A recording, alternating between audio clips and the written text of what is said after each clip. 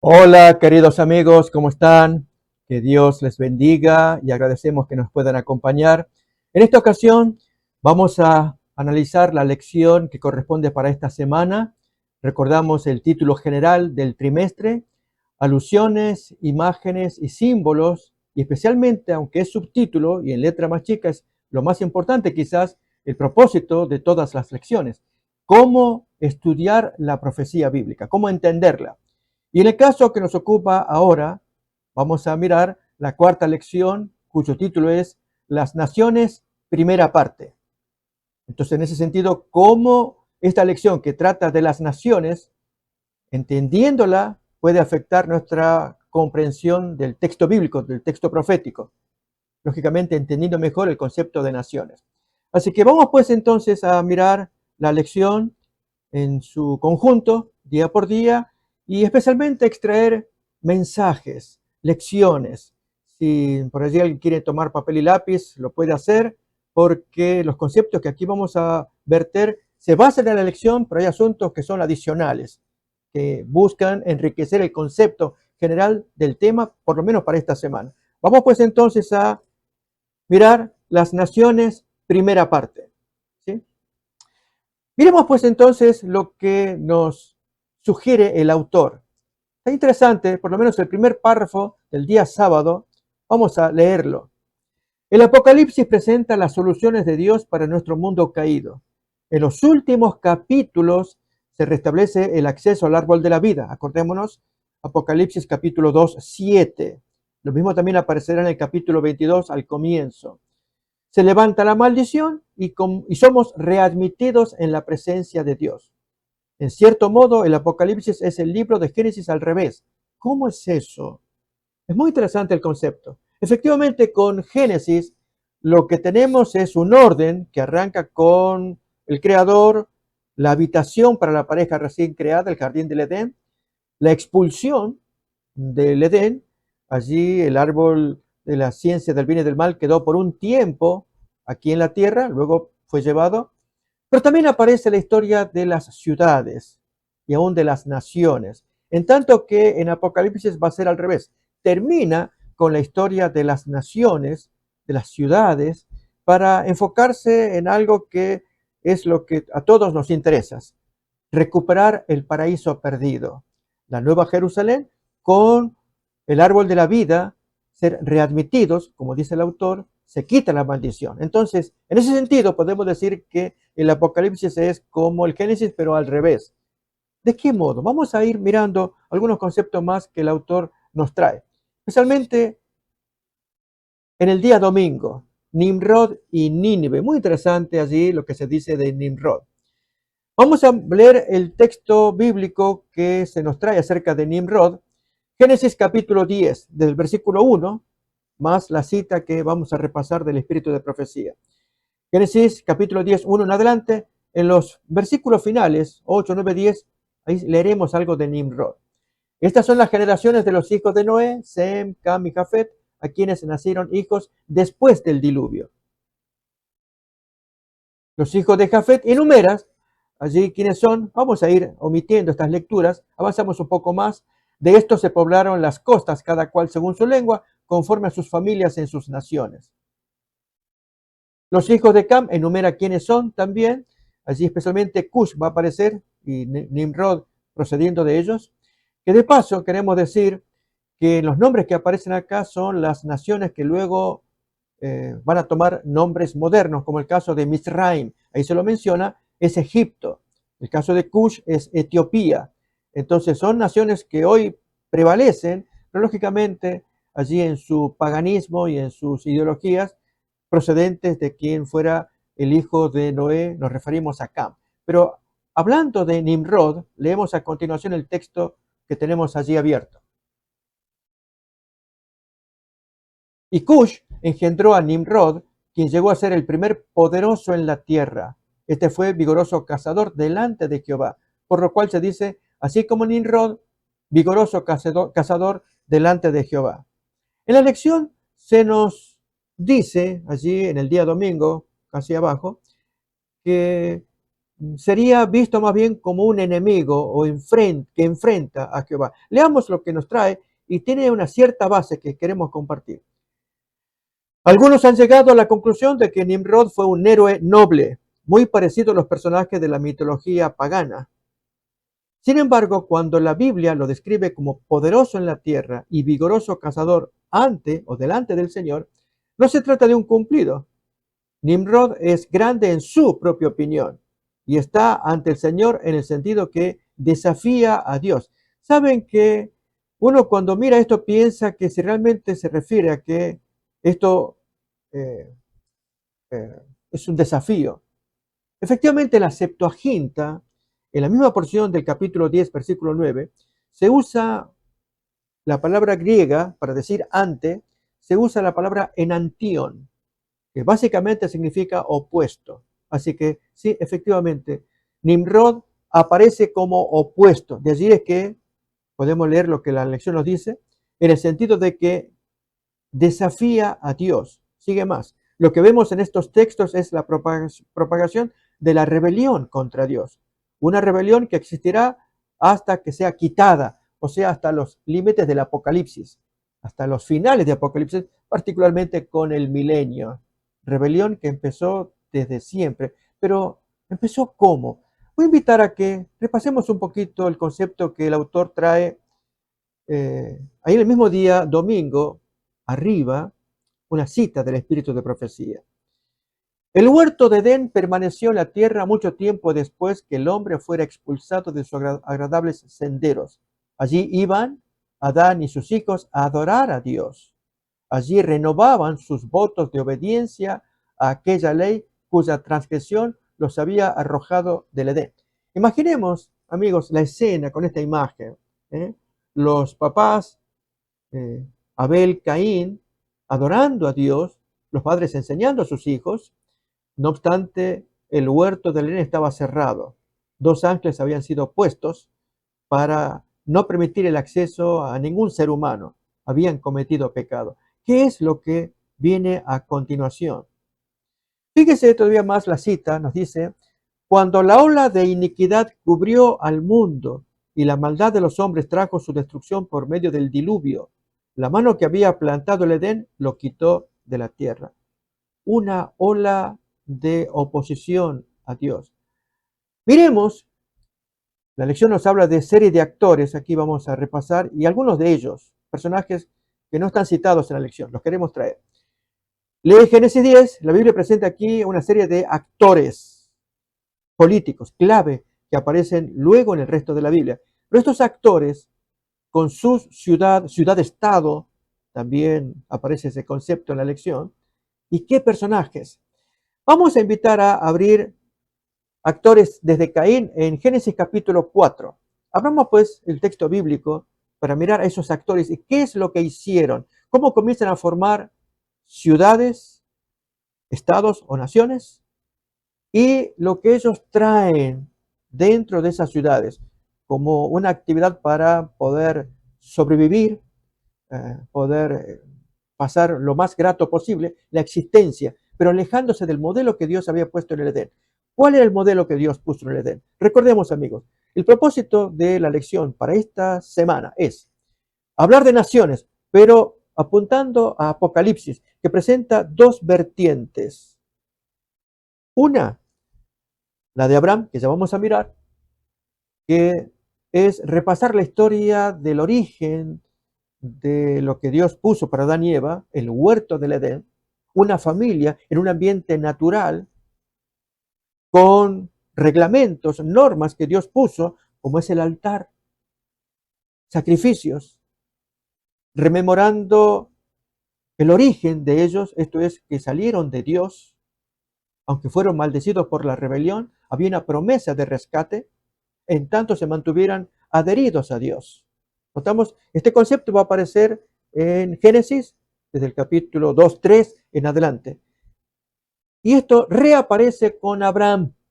Este es el punto, esta es la parte que nos interesa.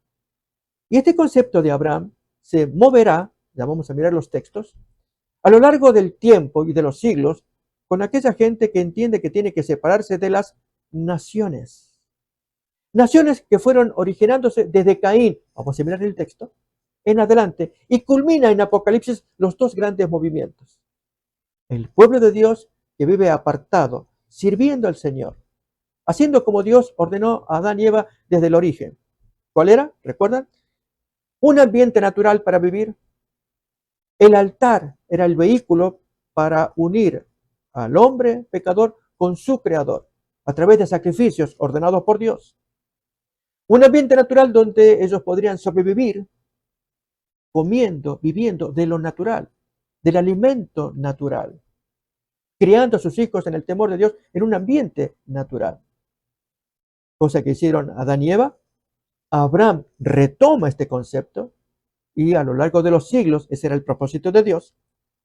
Pero aquí que el opuesto, el de Caín, texto que ya vamos a mirar, lleva otro modelo que aparecerá en su plenitud con Babilonia. Y especialmente, mis queridos amigos, en tiempos modernos, las ciudades de 15 minutos, que evoca aquellas antiguas ciudades-estado que la lección de escuela sabática menciona también. Así que vamos pues a mirar los textos. Son conocidos, pero hacía falta repasarlos. Es el caso de Génesis capítulo 4, versículos 16 y 17. La experiencia de Caín y su primera ciudad, o la primera ciudad creada en la Biblia. Dice, salió pues Caín de delante de Jehová y habitó en tierra de Nod, al oriente de Edén.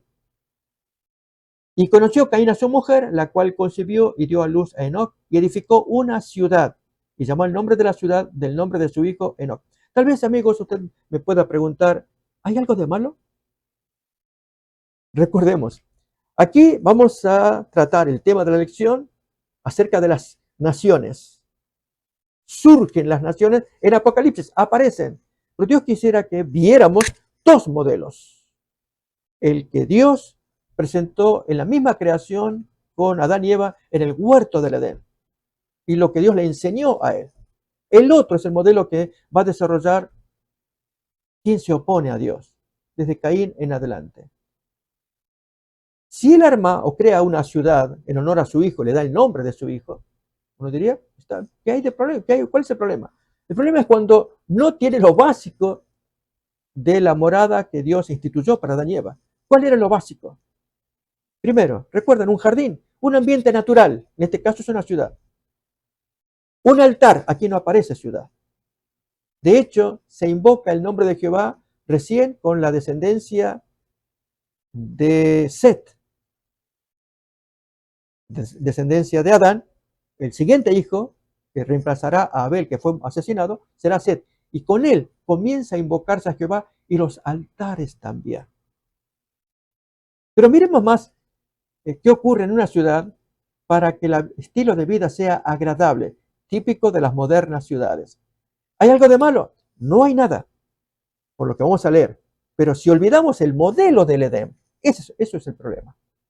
Cuando descuidamos lo natural, el altar, el propósito de Dios para una familia, como fue Adán y Eva, criar a sus hijos en el temor de Dios, en un ambiente tal, para que siempre tengan presente, por lo menos dentro de la vida donde ellos se mueven, el altar.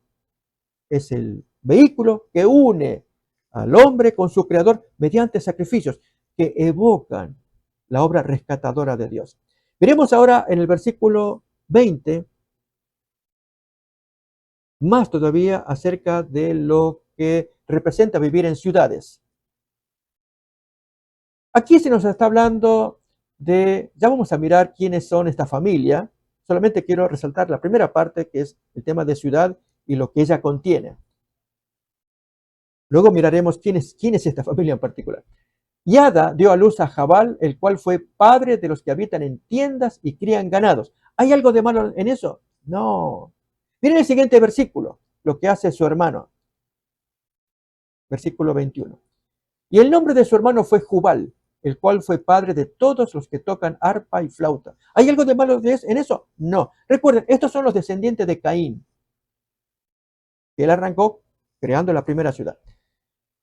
¿Hay algo de malo? Dije que no. Lo malo es cuando descuidamos el modelo original que Dios le dio a Adán y Eva.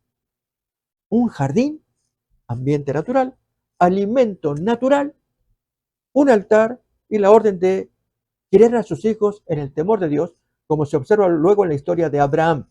¿Recuerdan cuando Dios dice, acaso le voy a ocultar a Abraham lo que voy a hacer? Sabiendo que él hará enseñar el camino a sus hijos. ¿Recuerdan? Génesis 18. Texto que ya vamos a leer cuando hablemos de Abraham también. Por eso, amigos, es interesante. El autor trajo un concepto muy bonito para que entendamos mejor el Apocalipsis, el concepto de las naciones.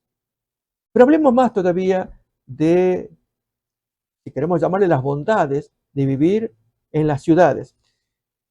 Ahora sí, habíamos hablado de esta gente, Jabal, Jubal. Miren uno más, siguiente versículo. Tubal Caín, otro descendiente de Caín, versículo 22. Y Sila, insistimos, ¿quiénes serán esta familia? Ya vamos a mirar. También dio a luz a Tubal Caín, este era hermanastro de los dos primeros, artífice de toda obra de bronce y de hierro. ¿Hay algo de malo en eso? Noten, aquí estamos hablando de prosperidad. ¿eh? La música por un lado, gente que trabaja en hierros, eh, errando los metales, etc. Pero ahora sí, hablemos de esta familia. Lo vamos a ver en el versículo 19. ¿Quién es este señor? Es el padre de estos tres jóvenes que fueron mencionados. Y Lamec tomó para sí dos mujeres. El nombre de la una fue Ada, esta fue la mamá de Jabal y Jubal. Y el nombre de la otra fue Sila, la mamá de Tubal Caín. Pero este Lamec tiene tres características que van a ser, lo hacen repulsivo. Este es el séptimo descendiente desde Adán por la vía de Caín, la vía de los rebeldes. Interesante es contrastarlo con el séptimo de Adán por la vía de Set. ¿Quién fue? Enoch. Qué contraste. Así que vamos a leer de los dos, pero quedémonos con Lamec primero. ¿Y qué características? Tres dije, lo hacen sobresaliente. Notemos, la primera, hemos leído el versículo 19, la bigamia. Es el primer caso de bigamia que tenemos en la Biblia. Lamec que toma dos mujeres. Eso es romper el modelo. Dios no dio semejante modelo para el hombre, tampoco para la mujer, para que se tome dos maridos, o lo que fuera lo que ocurre actualmente, que hay una desviación total. Ustedes han escuchado quizás hablar del poliamor, allí la mujer que tiene varios maridos o el marido que tiene varias mujeres. Poligamia, solemos decir. Poliamor es otro nombre que se utiliza también. Pero algo más todavía de Lamec, y es el siguiente versículo, donde no se aprecia mucho en nuestra Reina Valera 60 por la traducción, en otras Biblias se aprecia mejor, porque está en tiempo pasado. El hombre se declara asesino. Y la tercera característica, soberbio. Si alguien me toca, si Caín fue 7 veces le iban a castigar a quien tocara, a mí 70 veces 7. Qué soberbio, amigos. Este total descendiente de Caín, séptimo de Adán, contrastémoslo con el otro séptimo, como fue, ¿no? Pero leamos el texto entonces de Génesis capítulo 4, versículo 23-24. De un hombre mataré. Tal vez podemos poner una versión. Hay otras Biblias. De paso, siempre voy a recomendar, amigos, que tengamos más de una Biblia con nosotros, ¿no? Para que podamos apreciar, sobre todo cuando escuchamos, ¿no? Alguien dijo o leí esta versión, ¿y por qué difiere de esta? En algunas palabras. En este caso, el tiempo verbal. El tiempo verbal es pasado. Significa que ya lo hizo. Yo maté. Y por lo tanto, si alguien me toca, será maldito 70 veces 7, aunque Caín lo fue 7, yo voy a ser mucho más. A eso me refiero con soberbia. ¿Quién? Un hombre bígamo. ¿Quién? El séptimo de Adán por la vía mala, negativa, rebelde. Así nos vamos haciendo un pálido reflejo, amigos, de lo que esto significa cuando uno se aleja de Dios. ¿A dónde uno va a terminar? Y así es como se crean las naciones. A eso llegamos también con Nimrod, originario de Cush, o su padre era Cush. Etiopía es el nombre para Cush. y Babilonia, otro tema también para estudiar, y la lección lo incluye. Así que vamos a ver si conseguimos otra versión bíblica para Génesis capítulo 4, versículo 23, 24, que nos retrate mejor a este Lamec.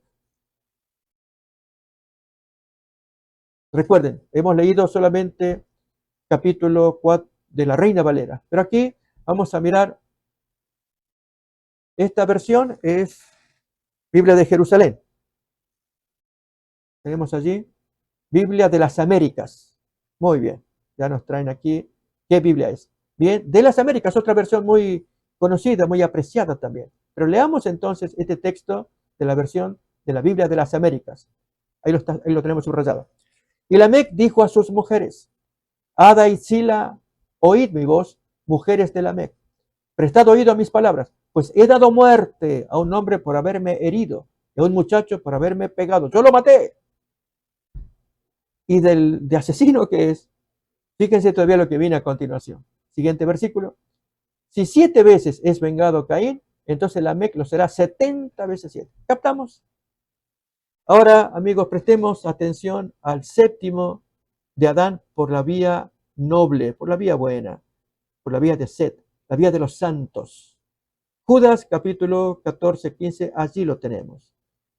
Hay historias preciosas respecto de Enoc, séptimo de Adán, y lo que hizo.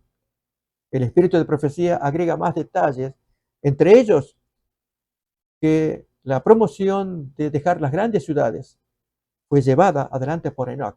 Cuando Enoc predicó, la gente le hacía caso y hacía lo que él estaba sugiriendo y enseñando, que dejen las grandes ciudades. Pero luego él desapareció, volvió otra vez las cosas al antiguo orden y poco después vino el diluvio. Leemos pues entonces ahora Judas, versículo 14-15.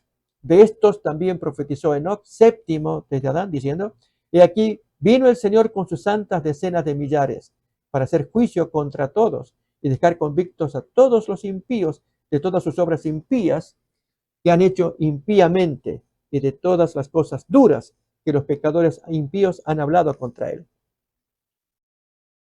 Esto muestra, amigos, que este hombre era un predicador en sus días. Y Dios querría que se levanten predicadores en los nuestros que amonesten, especialmente frente al estilo de vida malsano y perverso que se está llevando adelante. Avanzamos con la lección un poquito más. Ya vimos esta serie de actores que en un momento repasamos. Y ahora sí, nos vamos al siguiente día, lunes, el llamado de Abraham. Leamos acá y vamos a comentar. Génesis 10 dice que la humanidad se dividió en tierras, lenguas, familias y naciones. La palabra que se traduce aquí como naciones es goim, que también designa a los gentiles o paganos. Y a ver qué viene a continuación. Casi inmediatamente después de la introducción de este concepto, Dios llama a Abraham a salir de una de esas naciones para diferenciarse de ellas y de lo que representaban. Mis queridos amigos, aquí está la clave, quizás sea lo más importante de la lección, por lo menos desde mi perspectiva. ¿Cómo Dios ordena que este hombre salga de Ur de los Caldeos y de Harán? ¿Recuerdan Ur de los Caldeos? Allí en Babilonia, sale de allí. La historia nos cuenta que el papá, Taré, es el que había planeado salir. Así que se lleva a su familia y terminan en Harán, que queda cerca, no queda lejos de Ur de los Caldeos. Y de allí muere Taré, queda el resto de la familia, Nacor, los hermanos. Muere otro hijo de Taré, Harán, suena muy parecido al nombre de la ciudad, pero no tiene relación. Y entonces Abraham toma a su esposa y a su nieto y se encaminan con dirección a Canaán, porque Dios lo había llamado para que se vinieran a Canaán. ¿Por qué? ¿Para qué? Qué interesante historia, amigos. Vamos a invitar a leer los textos de Génesis y Hebreos 11. Insisto, quizás esta sea la parte más importante. Y antes de leer los textos, permítame decir por qué. Dios quiere un pueblo que lo represente, que sea fanal de luz, cuya conducta, cuyas obras, cuyas palabras representen la voluntad de Dios, que sean un evangelio viviente. ¿Saben? Permítame traer esta ilustración. ¿Cuántos evangelios tenemos en el Nuevo Testamento? ¿Tenemos cuántos? 4. El evangelio según Mateo, según Marcos, según Lucas, según Juan. Porque así es como deben ser llamados. Según cómo lo plantea Mateo, según cómo lo escribe Marcos, según cómo lo describe Lucas, etc. Pero falta un evangelio más para que sea completo y el fin venga. El quinto evangelio. ¿Saben cuál es? El evangelio según tú, que es según nuestro testimonio. Mateo dijo lo suyo, pero ¿y qué tenemos que decir nosotros de las buenas nuevas de salvación, de Cristo, de Jesús? El evangelio según tú. Ese era el caso de Abraham.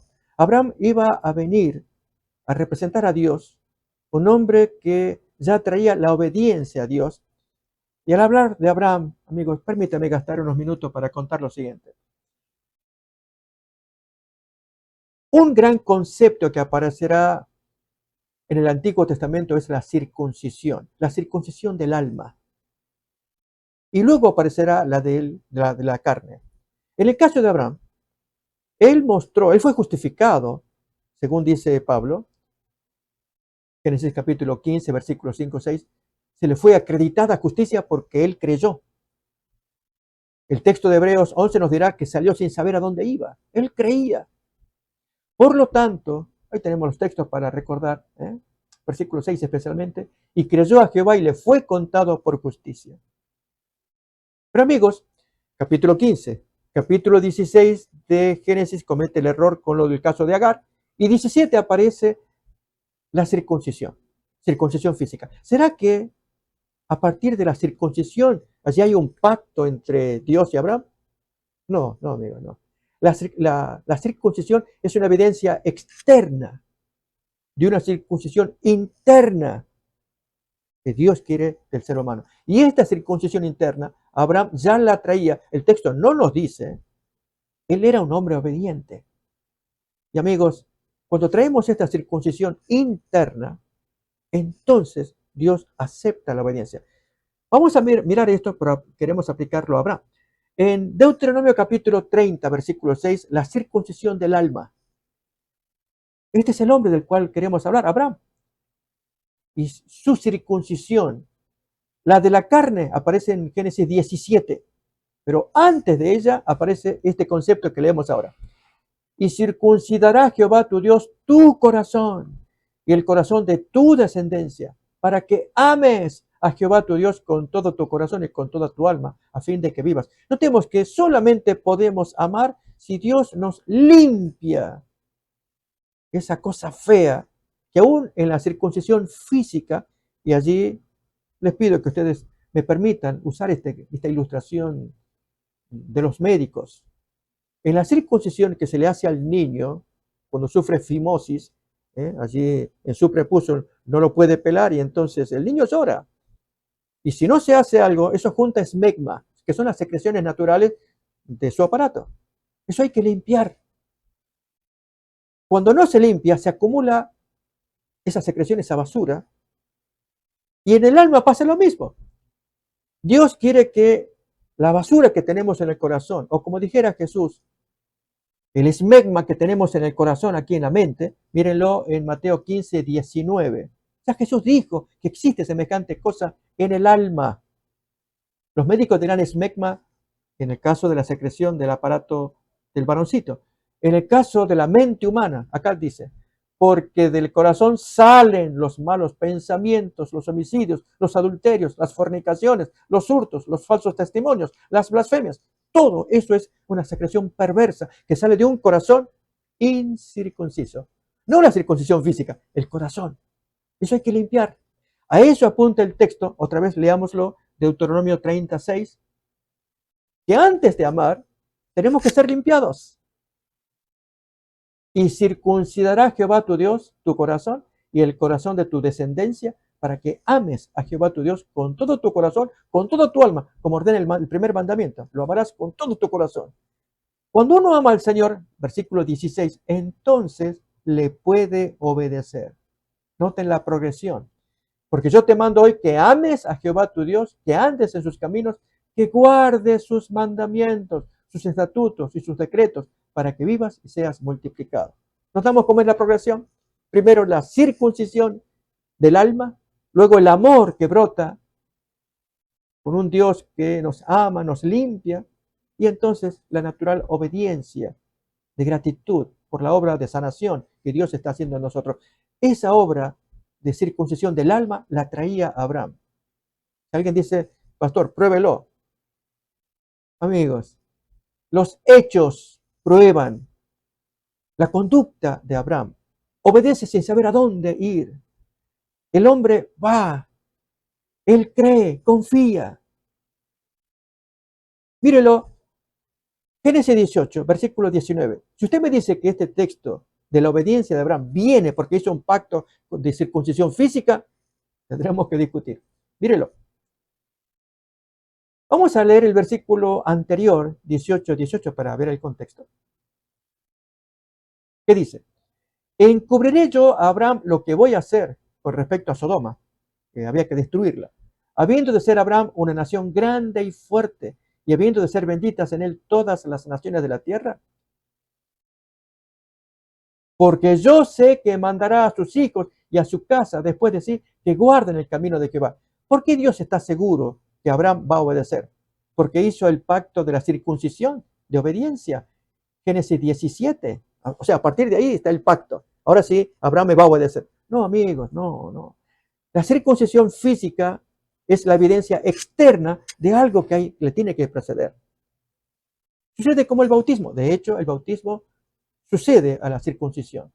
Es el reemplazo de la circuncisión, como leemos en Colosenses 2, 11 y 12.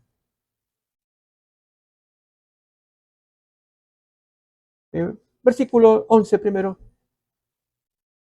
que dice, en él, en Cristo, también fuisteis circuncidados con circuncisión no hecha a mano, al echar de vosotros el cuerpo pecaminoso carnal en la circuncisión de Cristo. ¿Y de qué modo se ejecuta esto? Sepultados con él en el bautismo. Y este bautismo es del alma, primeramente por el Espíritu Santo, nacemos del Espíritu, y el otro, el del agua, ¿recuerdan? Así con Abraham. Bien, este Abraham sale, deja las grandes ciudades y se encamina a Canaán. Quiero invitarles a que miremos una breve historia de Abraham en Hebreos capítulo 11, versículos 8 en adelante, para aprender algo que trae el libro de Hebreos. Por la fe Abraham, siendo llamado, obedeció para salir al lugar que había de recibir como herencia y salió sin saber a dónde iba. Noten que al usar la palabra obediencia, esto no viene porque hizo pacto con la circuncisión física en Génesis 17, que a partir de ahí él va a obedecer, o le hace un pacto para que tú me obedezcas, como sí ocurrió con los israelitas. En verdad, la circuncisión física era para que todos los descendientes de Abraham vivan como Abraham, imiten a Abraham, sigan los ejemplos de Abraham, hagan como él. Por lo tanto, circuncidarse físicamente era formar parte de la familia de este santo varón de Dios. En eso consistía la circuncisión. E incluso Abraham se la tuvo que hacer, no solamente para dar ejemplo, sino porque en sí ilustra físicamente lo que espiritualmente Dios quiere significar, y que lo hemos leído de Mateo 15 y 19. El corazón está lleno de smegma. Sopórtenme esa palabra, es una palabra que más usan los médicos allí cuando hay que atender a un niño que tiene problemas allí de secreciones. Pero el alma humana va en la misma condición.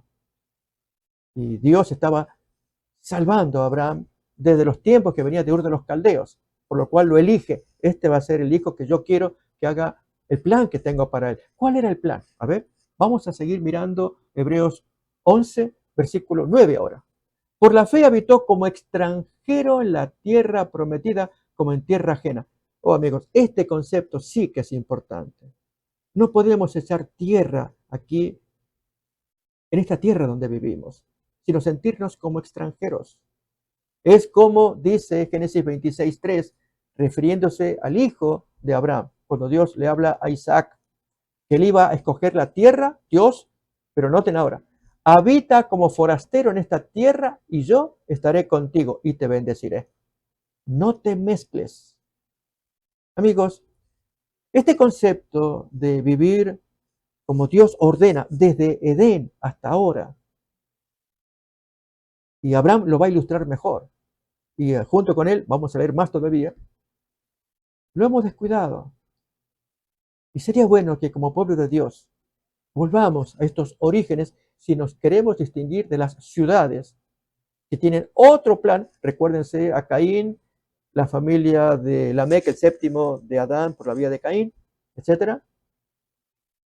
Otras apetencias, otros propósitos, otros logros para vivir más cómodo en la tierra, pero Dios quiere darnos el cielo. Si es que hacemos, noten ahora, siguiente versículo, si hacemos como Abraham y su gente. Otra vez, por la fe habitó como extranjero en la tierra prometida, como en tierra ajena, morando en tiendas con Isaac y Jacob, coherederos de la misma promesa, porque esperaba la ciudad que tiene fundamentos. ¿Cuál es esa ciudad? ¿Canaán? ¿Canaán la terrenal? No, Canaán era un lugar de paso. Y ese lugar de paso, amigos, es el que debiéramos considerar. Es esta tierra que está acá. Estamos de paso, porque nuestra morada está allá en el cielo. Pero hay algunos que no logran verlo. Y en la tierra sí, hacen su morada permanente. Que acumulan allí otra propiedad. Vamos a invertir para comprarnos otra bendición, como es un nuevo carro. Y otro que vamos a ver cómo levantamos el mortgage, la hipoteca de esta casa, porque vamos a comprar otra, etcétera.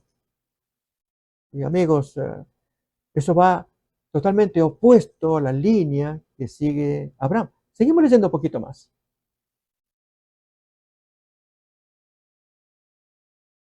Dice, todavía completamos el versículo 10, faltaba completarlo un poco, y entonces vamos a leer más.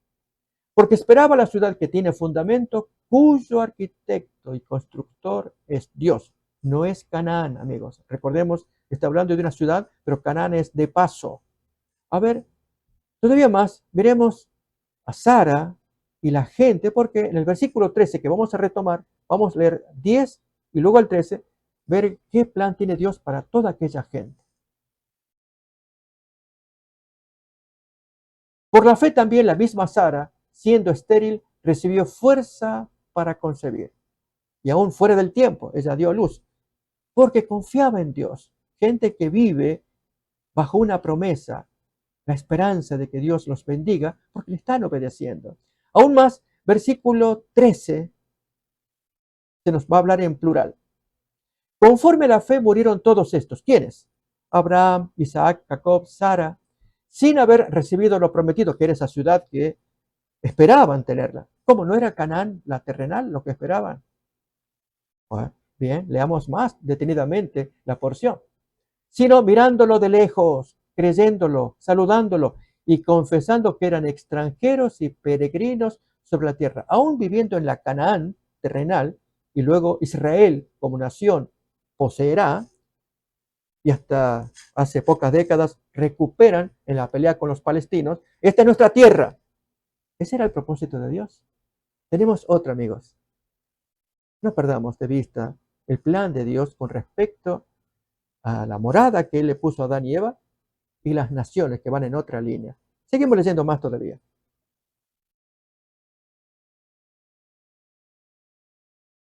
Porque los que esto dicen claramente dan a entender que buscan una patria. Pues si hubiesen estado pensando en aquella de dónde salieron, Ur de los Caldeos primero, luego Harán, que quedaba cerca, ciertamente tenían tiempo de volver, especialmente Abraham cuando le vino mal por la hambruna en el Negev, por lo cual tuvo que cruzarse más al sur a Egipto. Bien que la esposa le podría haber dicho, mira, aquí no la estamos haciendo, regresemos, porque aquí nos vamos a morir de hambre. No fue así. Confiaban. Dios los había sacado con un propósito. La pregunta es, ¿y nosotros conocemos el nuestro? A eso apunta el objetivo de este tema de la semana. Las naciones, primera parte. Más todavía. Pero anhelaban una mejor, esto es, una patria celestial, por lo cual Dios no se avergüenza de llamarse Dios de ellos, porque les ha preparado una ciudad.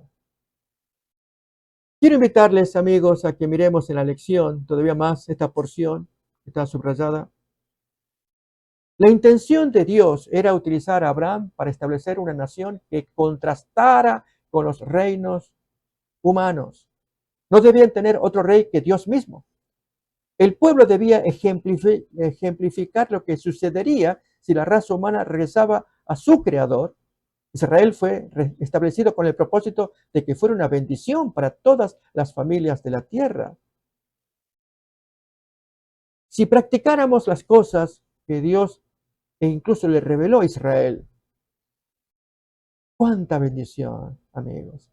Miremoslo en el texto de Deuteronomio capítulo 4, versículos 5 al 9, que la lección nos lo trae, cómo Dios engalana a su pueblo. ¿Se acuerdan que ya habíamos mirado en la semana pasada acerca de Ezequiel 16, 14, cómo Dios toma esa mujer, esa niña, con sangre, y luego la embellece y la engalana, le pone una corona? ¿Qué significaba esto? Miremos en qué consiste esa belleza que Dios le atribuye a su esposa. Deuteronomio 4:5 en adelante leemos: mirad, yo os he enseñado estatutos y decretos, como Jehová mi Dios me mandó, para que hagáis así en medio de la tierra en la cual entráis para tomar posesión de ella. Guardadlos pues y ponedlos por obra, porque es vuestra sabiduría, vuestra inteligencia ante los ojos de los pueblos. Esta es la forma de predicar, los cuales oirán todos estos estatutos y dirán: ciertamente pueblo sabio y entendido, nación grande es esta. Porque ¿qué nación grande hay que tenga dioses tan cercanos a ellos como lo está Jehová nuestro Dios en todo cuanto le pedimos y necesitamos? Él está allí al pendiente y nos ayuda.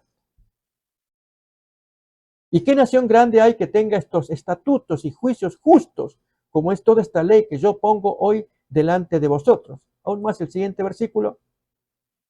Por tanto, guárdate y guarda tu alma con diligencia, para que no te olvides de las cosas que tus ojos han visto y se aparten de tu corazón todos los días de tu vida. Antes bien, las enseñarás a tus hijos y a los hijos de tus hijos. ¿No hizo esto Abraham? ¿No deberíamos hacer nosotros? Nos damos cuenta entonces por qué, si bien he gastado más tiempo en este tema de Abraham, hay mucho más material en la lección, pero yo invito a que reflexionemos. Este es el desafío que tenemos como pueblo de Dios en los últimos días. Vamos ahora a avanzar un poquito más. El día martes, el pueblo recibe lo que pide, porque quería ser como las naciones paganas. ¿Nos acordamos?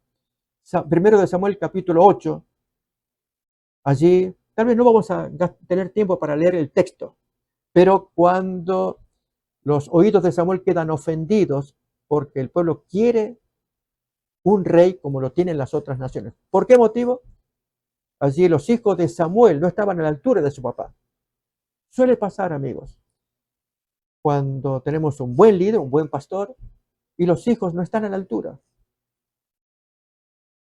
Ya recordamos el caso de Elí. No solamente no estaban a la altura, eran corruptos, fornicarios. En el caso de estos jóvenes, hijos de Samuel, aceptaban soborno, no tenían fibra, carácter. Y el pueblo se cansó. No queremos más. Queremos un rey. Y Samuel quedó muy afectado. Y Dios le dice: no te han desechado a ti, a mí me han desechado. Ok, yo les voy a dar un rey.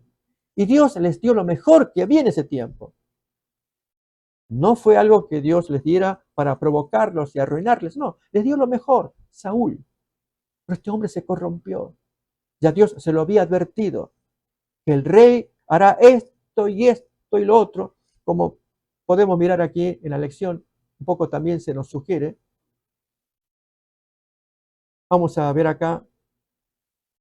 Dice allí: el nuevo arreglo sería permanente, se daría a Israel lo que pidiera, pero cuando se diera cuenta de que se había equivocado el nuevo sistema de gobierno, todavía seguiría en pie, no habría forma de cambiarlo.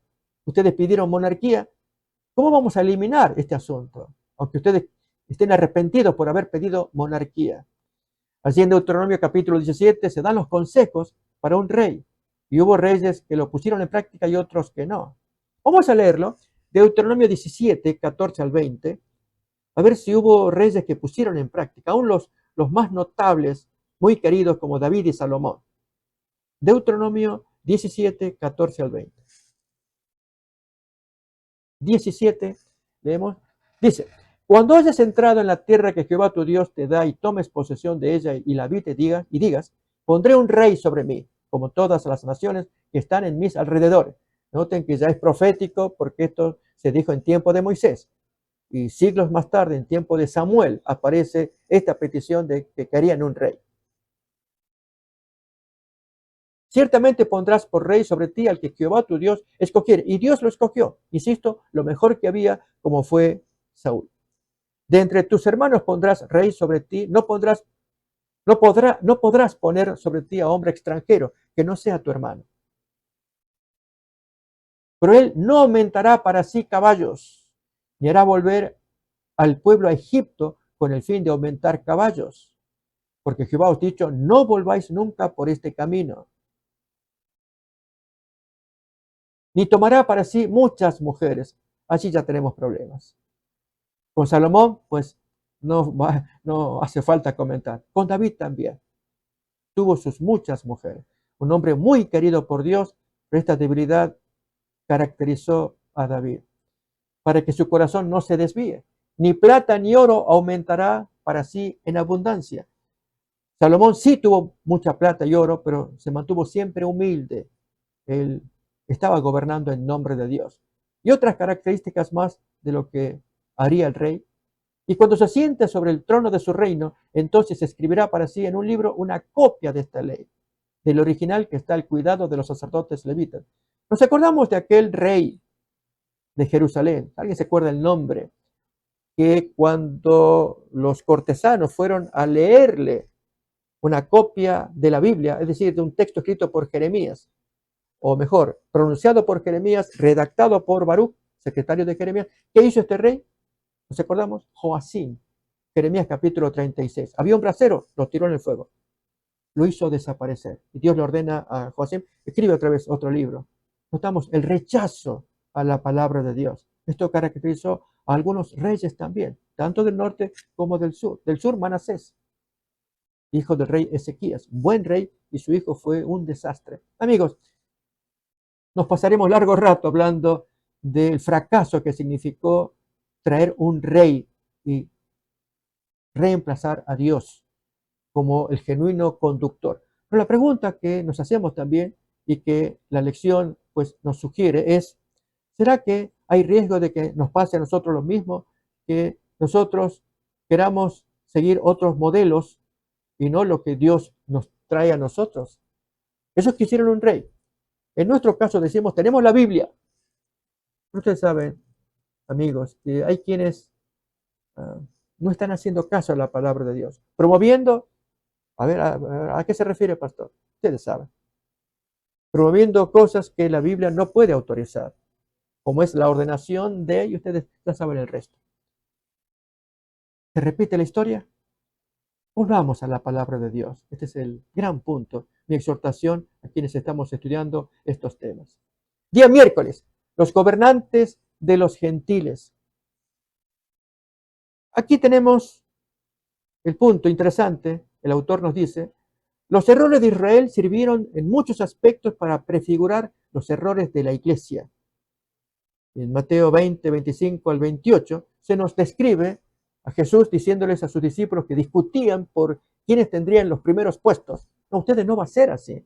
Entre las naciones sí, ellos se pelean y son llamados bienhechores. Ustedes no, ustedes vienen para servir, me ven a mí. ¿Recuerdan el texto? Bien, Jesús enseña esto, pero leamos un poquito lo que la lección nos va a traer al respecto. Aquí lo vamos a tener. Aquí. Lo que pasó en el cristianismo.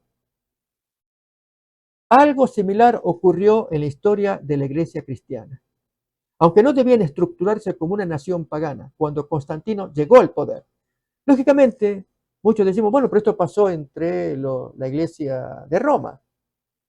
Amigos, permítame decir algo. Esto pasó con una de nuestras iglesias. Oh, pastor, dígame cuál.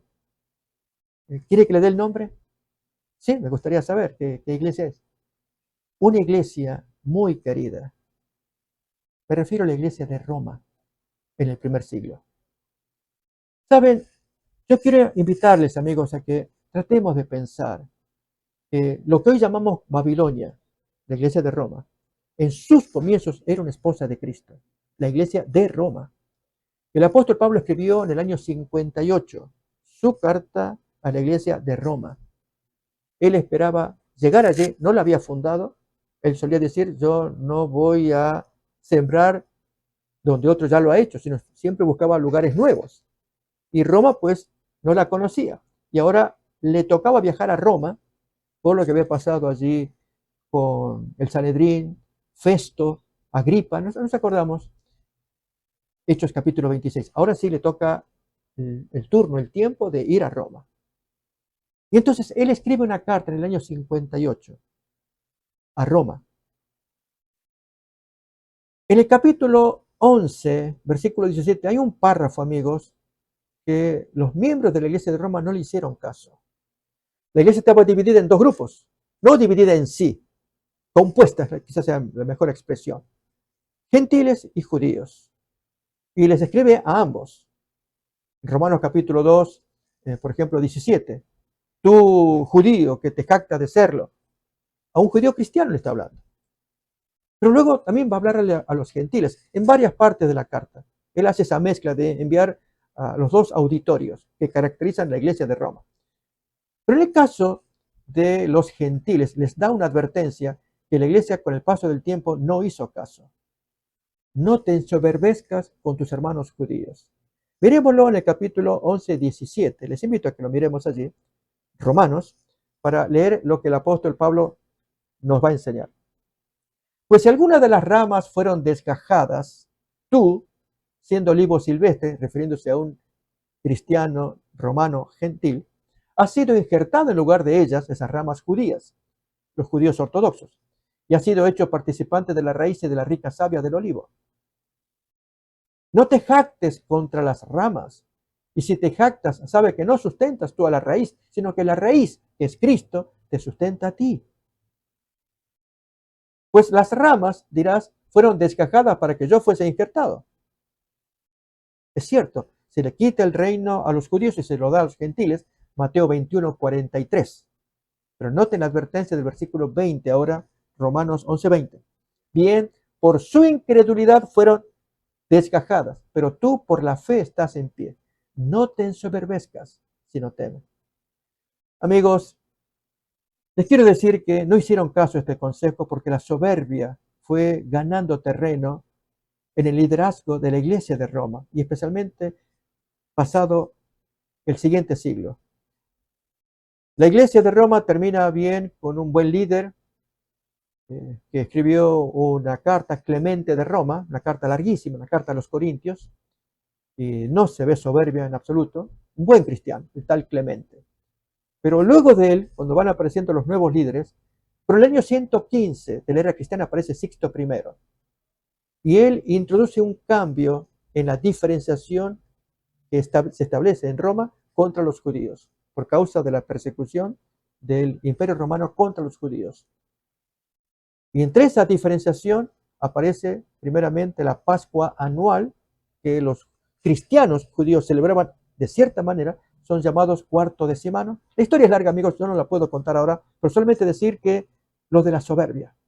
Mientras que Sixto I inicia una nueva práctica, lo que llamamos Pascua romana.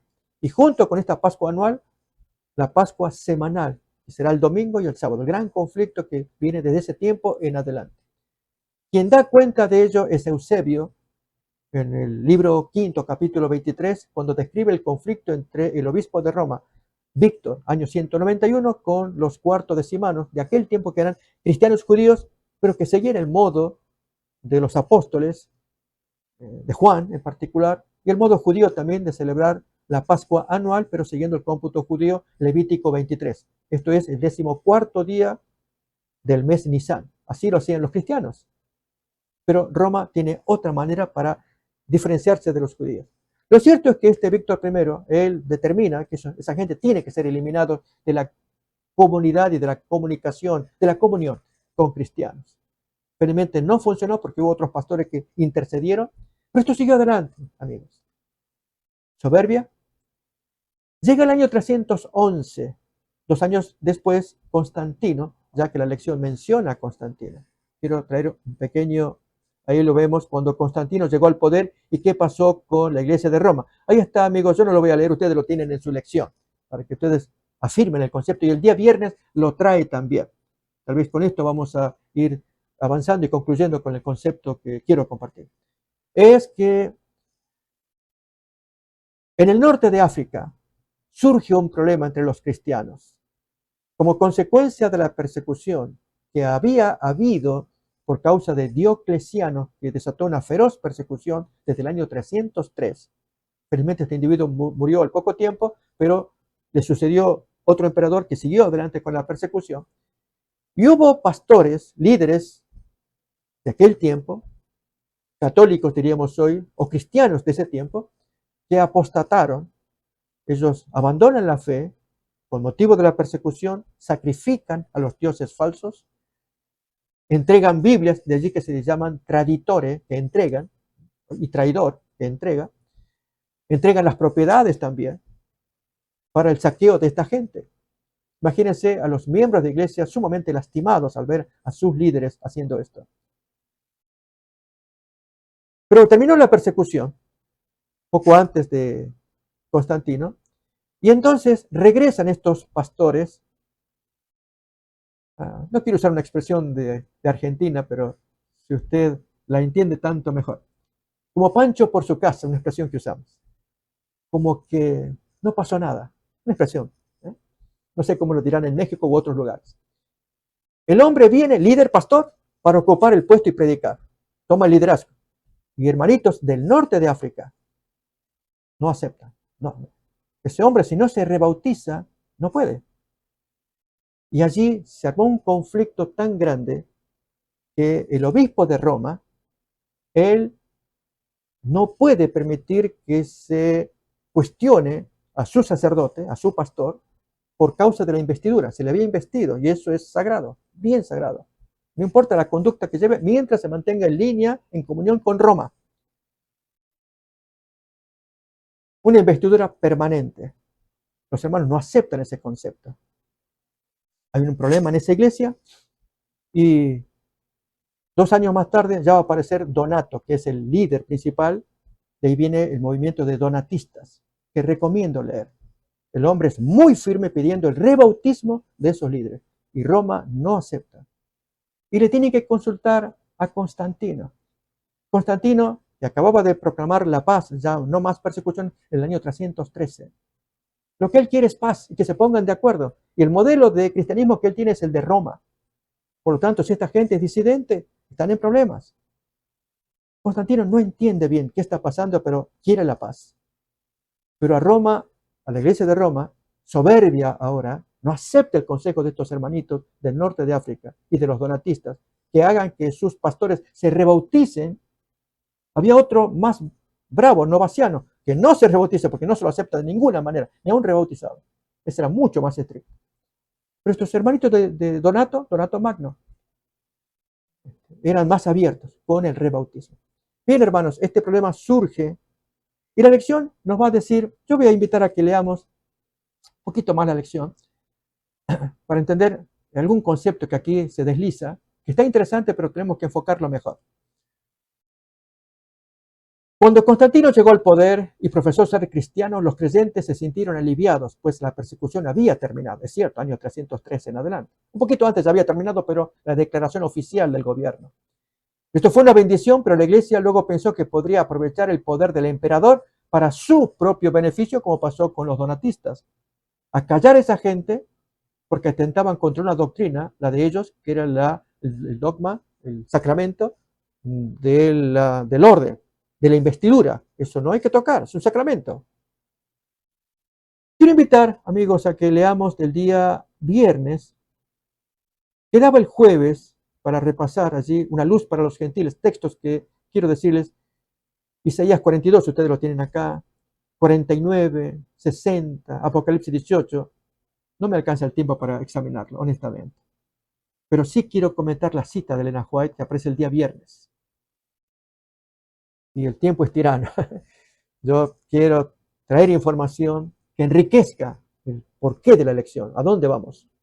Miren acá, el misterio de la iniquidad, escribe Elena White en El conflicto de los siglos, hizo progresar su obra engañosa y blasfema.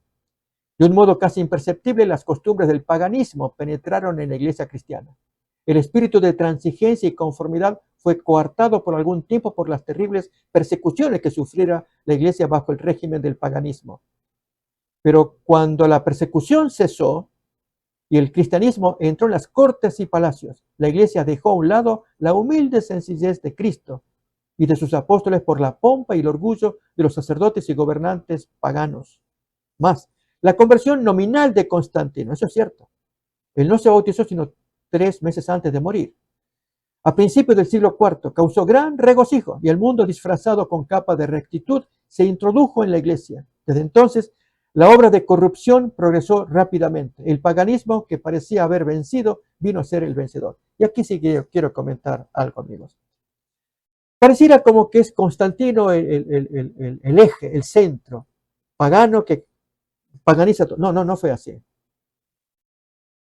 Él fue el vehículo que abrió las puertas para que la iglesia se acercara a él y la iglesia coqueteó con él. Ese fue el gran problema. ¿Qué ocurre, amigos, cuando alguien está coqueteando con una persona que no le corresponde o no debe? Recuerdan que Dios había dicho, no te emparentarás con los paganos, porque sus hijas harán que tus hijos se desvíen y adoren los ídolos. O los hijos de ellos con tus hijas, cuando se casen, harán lo mismo. Deuteronomio 7. Entonces Dios no quería que hubiera relación con los paganos, noviazgo ni coqueteo, mucho menos matrimonio. Deuteronomio capítulo 7. En el caso de la iglesia de Roma, cuando se abrió la puerta de parte de Constantino, fue una puerta de tentación para la iglesia, en la iglesia, cuando ellos vieron que era posible acercarse al emperador. A eso le llamo yo el coqueteo, porque no hubo casamiento todavía. Recién lo va a ver Iglesia y Estado con Justiniano, cerca de 200 años más tarde, cuando Justiniano manda un edicto por el año 533 y en el 538 se hace efectivo de convertir a la Iglesia de Roma en la correctora de los herejes, que si antiguamente eran los donatistas, ahora la Iglesia de Roma tiene poder para castigarlos. En aquel tiempo no, era Constantino el que tenía el poder, pero al coquetear con él tarde o temprano, Roma, la iglesia de Roma, tendrá ese poder. ¿Por qué? Porque abandonó a su marido. ¿Captamos lo que es Babilonia? Babilonia, la prostituta, la gran ciudad que reina sobre los reyes de la tierra, tiene ese rasgo. Una iglesia que nació buena, linda, a la cual Pablo escribió su carta a los romanos, pero no hizo caso a los consejos y con el paso del tiempo se fue pervirtiendo. Y al casarse con los poderes temporales seculares, el Papa con el emperador forman allí ese binomio, ese dúo, que desatará persecuciones durante el tiempo medieval. Y en los días finales, Babilonia, que fornica con los reyes y presidentes de la tierra, y las hijas de Babilonia, que llevan el nombre de ella en la misma línea, mis amigos, serán los reyes de la tierra, de las naciones, pero el pueblo de Dios tiene que imitar a Abraham. De allí mi consejo, pensemos en Abraham, imitémosle, abandonemos las grandes ciudades, oremos para que Dios nos diga cómo, cuándo, cómo hacerlo. Dios nos va a guiar, pero si es que incorporamos este concepto estudiando la palabra de Dios. Amigos, la lección está muy rica esta semana. Deseo que Dios les bendiga y sea de mucho provecho cuando nos encontremos con los hermanos en el estudio de este tema. Que Dios nos bendiga.